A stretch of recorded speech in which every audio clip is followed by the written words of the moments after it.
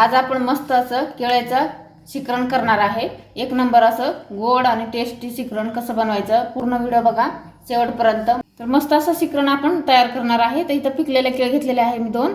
तर दोन केळे आपण साल काढून घेऊया। केळ्याचं आपण वरचं साल काढून घेतलेले आहे आणि असे पातळ पातळ कट करून घ्यायचं आहे।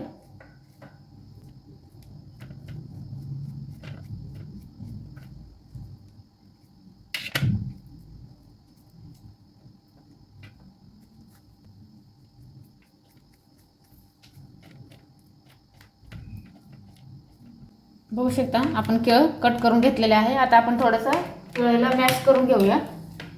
आपण केळ्याला काटा चम्मच घेऊ अशा प्रकारे थोडंसं मॅश करून घ्यायचं आहे। बघू शकता अशा प्रकारे आपण सर्व मॅश करून घेणार आहे। म्हणजे अगदी गाळ नाही करायचं आहे आणि अगदी मोठं पण नाही। काटा चम्मचने केलं ना तर परफेक्ट होतो। पाहू शकता किती सुंदर तयार झाले। आपण हे सर्व एक बाउल मध्ये काढून घेऊया। पाहू शकता शिकरणसाठी आपल्याला इथं काजू 4 आणि 4 बदाम घेतलेले आहे। बारीक असे करून घ्यायचे आपल्याला। आता आपण काजू आणि बदाम थोडं थोडं बारीक असे ठेचून घेऊया।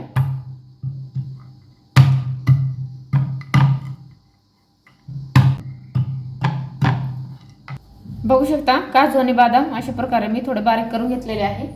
ते आपण एका बाउल मध्ये काढून घेऊया।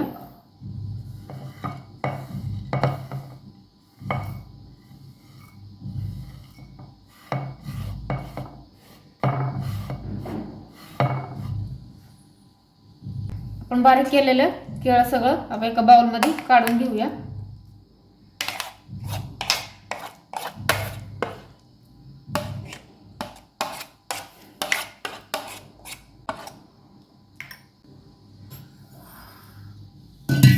इथं आपण दूध गरम करून गार करून घेतलेले आहे।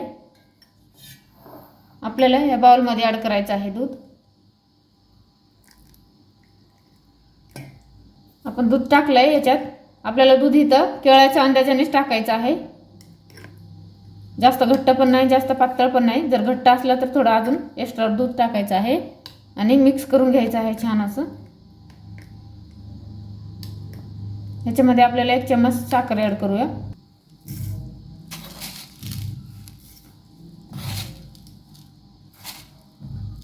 दोन केळं घेतले आपण आणि दोन केळ्याला 2 चम्मच साखर ऍड केलेले आहे। सर्व आपण मिक्स करून घेऊया। बघू शकता इथं आपल्याला दूध थोडासा कमी वाटतोय तर आपण थोडं अजून टाकणार आहे। याच्यामध्ये घट्ट वाटतंय ना जास्त। थोडंसं दूध अजून एक्स्ट्रा टाकलेले आहे बघू शकता अशा प्रकारे।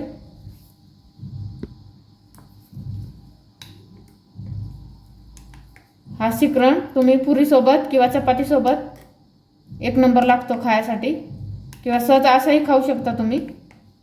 इथं आपण थोडंसं इलायची पावडर टाकूया। शिकरणमध्ये इलायची पावडर टाकल्याने फ्लेवर मस्त येतो आपल्या शिकरणला। खायला मस्त असा सुगंध सुद्धा आणि टेस्ट पण एक नंबर लागते। थोडासा ऍड करायचा आणि मिक्स करून घ्यायचं आहे आणि वरून आपण बारीक केलेले काजू बदाम ऍड करायचं आहे।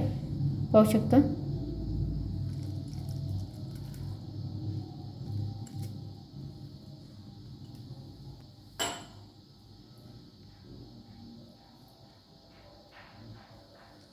कसं वाटतं आपलं शिकरण नक्की कमेंट करून कळवा। एकच नंबर तयार झालेला आहे। पाहू शकता मस्त असं शिकरण रेडी झालं आहे। तुम्ही पण अशा प्रकारे नक्की बनवा आणि एन्जॉय करा।